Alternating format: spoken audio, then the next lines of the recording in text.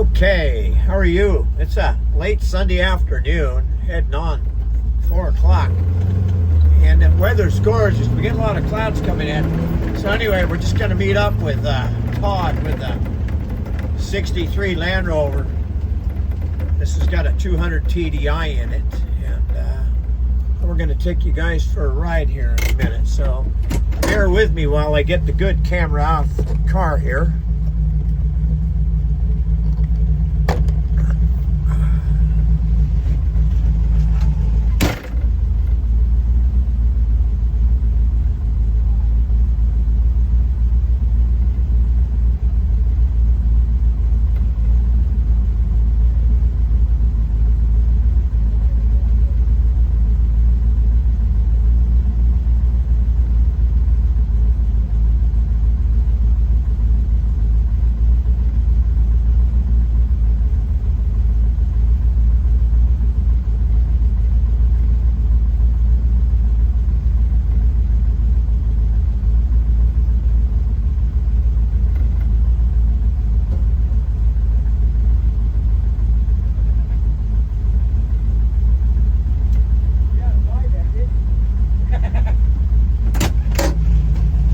Got a new jacket.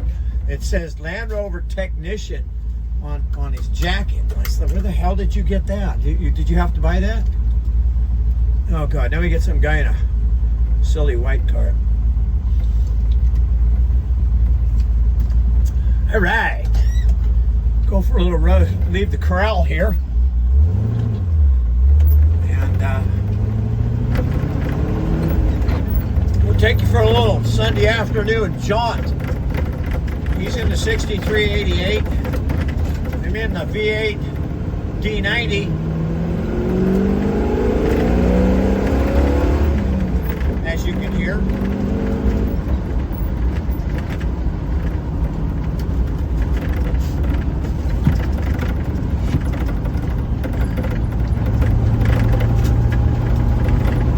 There's some historic countryside out here, actually, and that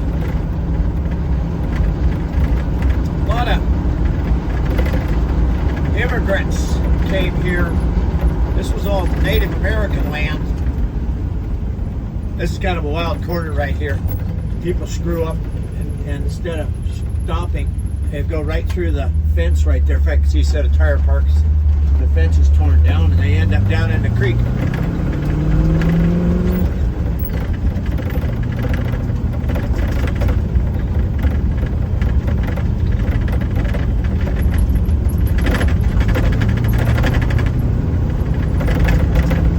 This little 88 inch, whoa, bumpy. When we did the restoration on it,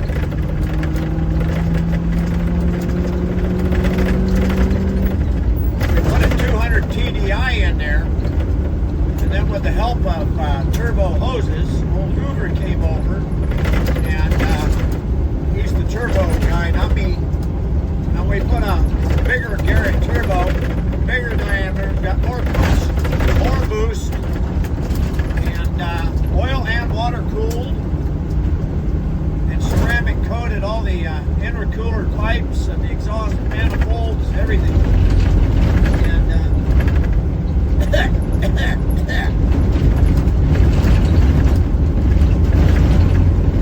as you can see, it's putting up a dust cloud. Wow, I just watched this thing too. There he goes. Okay, over railroad tracks. Whee! That's the famous movie area down here. You know, an old cowboy movie to watch. Alright, we're up to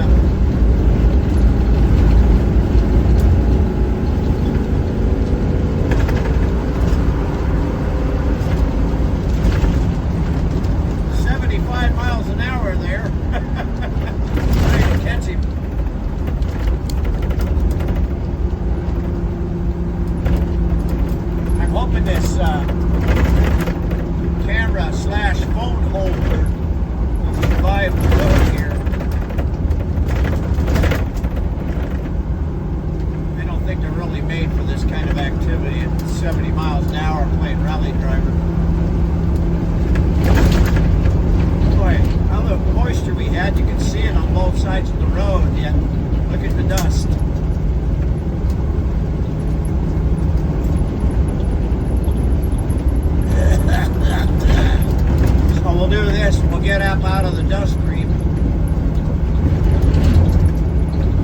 Okay, big corner coming up, Todd.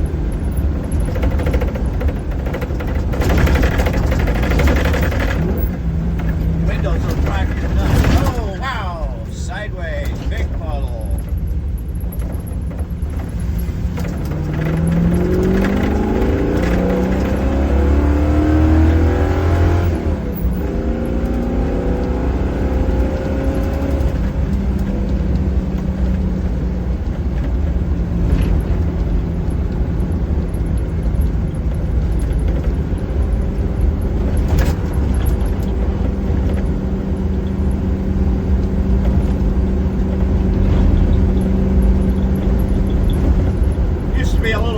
Town here at one point for a couple of cowboy movies, probably 80, 90 years ago.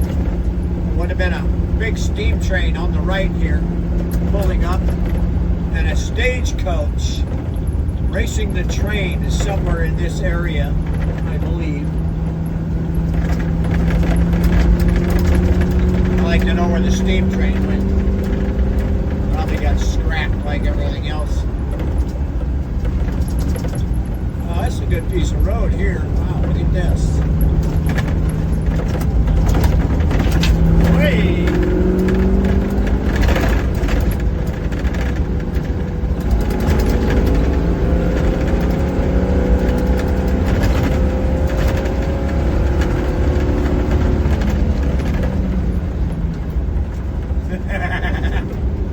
I got more horsepower than he does.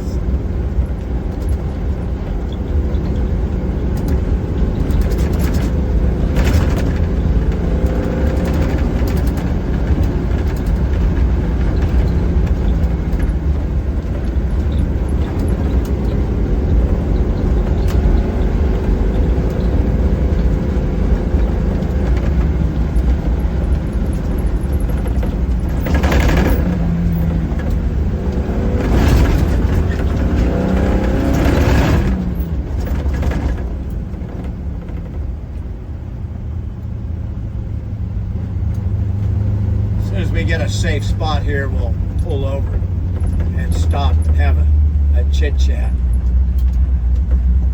All right. So we'll take you along with us here.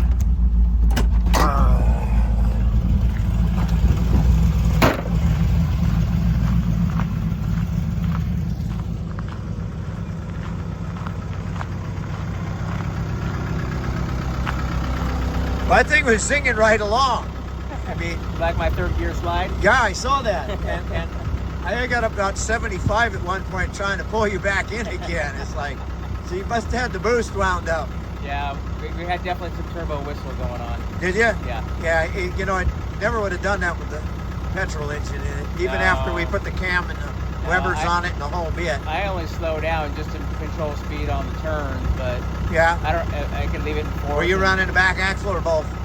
Actually, at the last second, I threw down the yellow knob and did you hook the front end in after the slide? Yeah.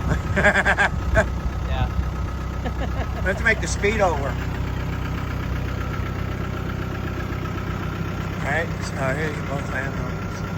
So this is what we get to do on a Sunday afternoon, is go out screwing around and make videos. All right, so where are we off to now? Wherever there's trouble. That way. We'll meet you down the road a bit. All right. Okay, yeah. I don't know. See where he's gone. I just washed this thing. Now it's all covered. Look at it. Jesus.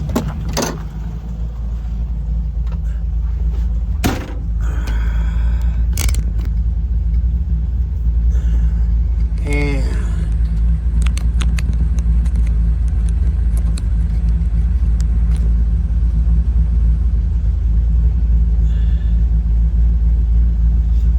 it's a shame you got to see that damn mount in the corner.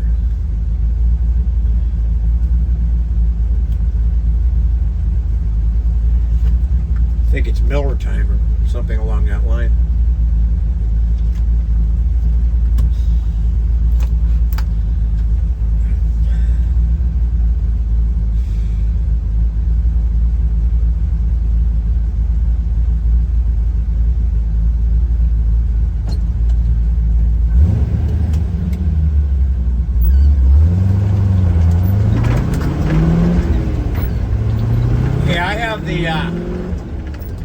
diff lock on this road just to make sure I put power down everywhere and don't get any slip in the transfer box. When we would run these vehicles on Nevada Trophy, and prior to that, when I had a Range Rover, a 73, and then I had a 71 88-inch Land Rover with a TR8 engine in it that we ran on the 85 Carson City Rally as support. And guys were surprised how fast that Land Rover went. Part of it was because it had more power in the Range Rover, it weighed less, and then 470 axle ratios, where the Range Rover had 354. Problem was the gearbox is 4-speed with big gaps between, so you couldn't keep the the power on. So the 88 with the V8 was easier, faster to drive, and you could actually rotate it in different than the Range Rover. This thing, the Defender driving at speed is great. You have to remember one thing with the Land Rover Defenders and Range Rovers and Discoveries. They're full-time four-wheel drive, period.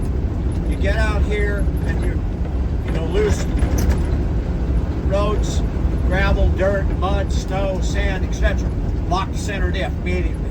You won't get any wind-up, but you can't do a donut in the Land Rover. It won't do it. It has so much traction, it won't do a donut. You get a guy with a donut guy in a four-wheel drive doing donuts. It tells you a lot about his four-wheel drive system.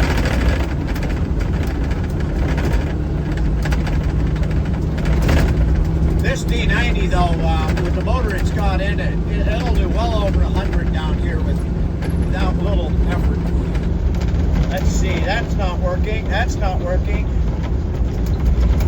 I'm playing. Hang on. Yeah, honey. Oh, let's go back to 1. There you go. There's so much dust I can't see him. Well, you can't see him in the camera. Let's see where he ends up. We have no plan here.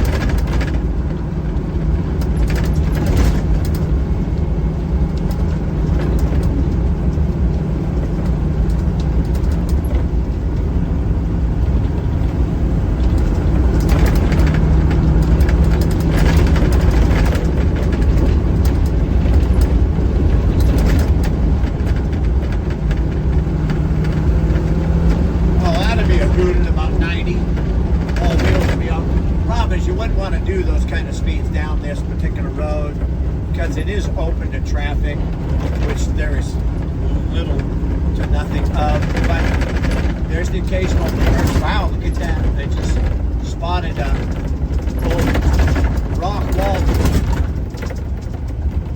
little ranch area where the walls and the foundations where a house was. We're going to stop here and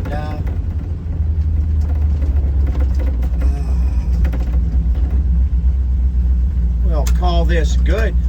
And like and subscribe, please. And make sure you leave a comment about your Land Rover. Bye-bye. All right, Mike wanted a little time in the 88. Experience at TDI. Here we go.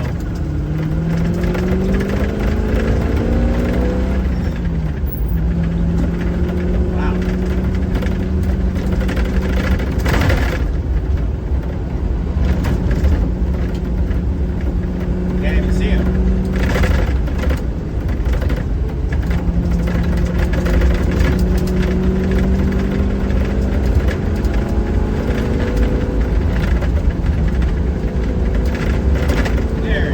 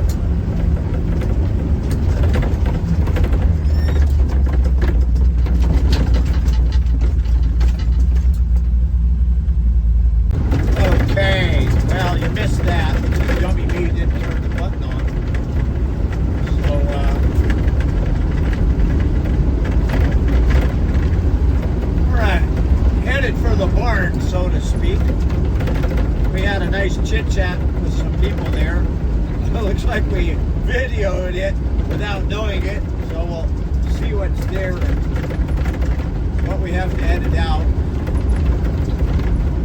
That Land Rover, the 88 inch with that 200 TDI is very impressive, the amount of power it has. That's the first time I've driven it on the dirt. I've always driven it just up and down by the shop. You know, if I'm road testing it, you know, after a service or something. It's quite impressive. Land Rover should have done that years ago. And it does 35 miles a gallon running around Oakdale.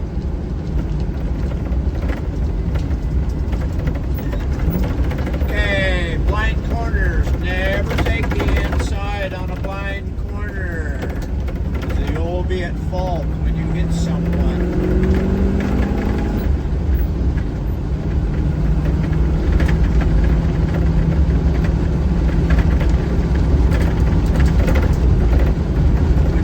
Back a bit here and let that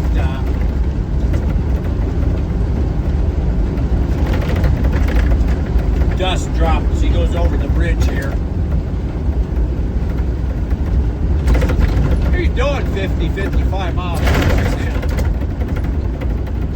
The difference between the two being that's a leaf spring and that one's got parabolic springs on it, and this has long travel with coil springs.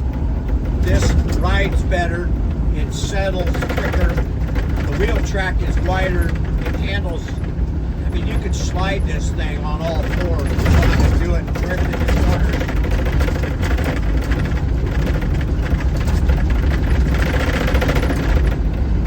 Yeah, he's cranking along. Look at that. Well, we'll wait till the dust settles and we'll wiggle around up.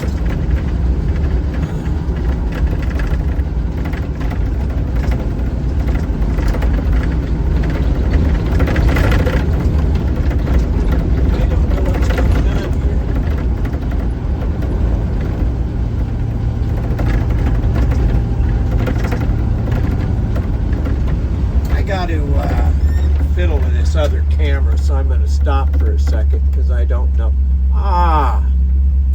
There we go.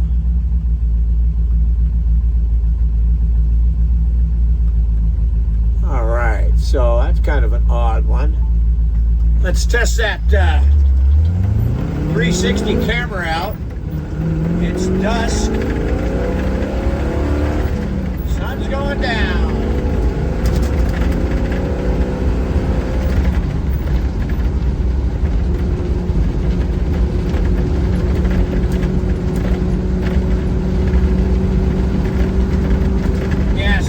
Puddles. You stick a wheel in that puddle, being as deep as it is, it'll suck you into that barbed wire fence so fast that you can't flight. Now, even as much as you want to go splash the puddles like you did when you were a kid with your shoes, your rain boots, or your bicycle, don't do it. Nice little ranch over there.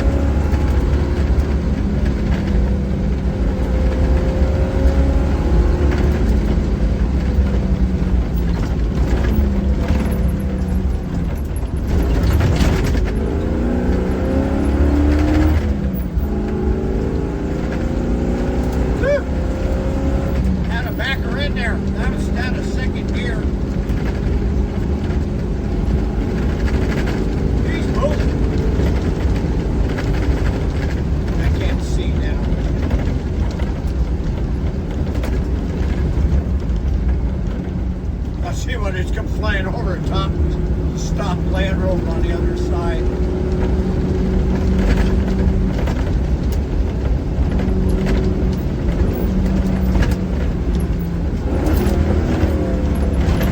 And brakes off over the tracks.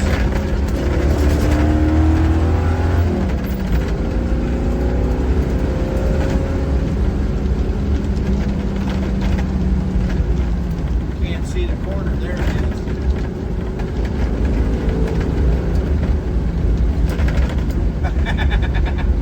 Oh, that's fun.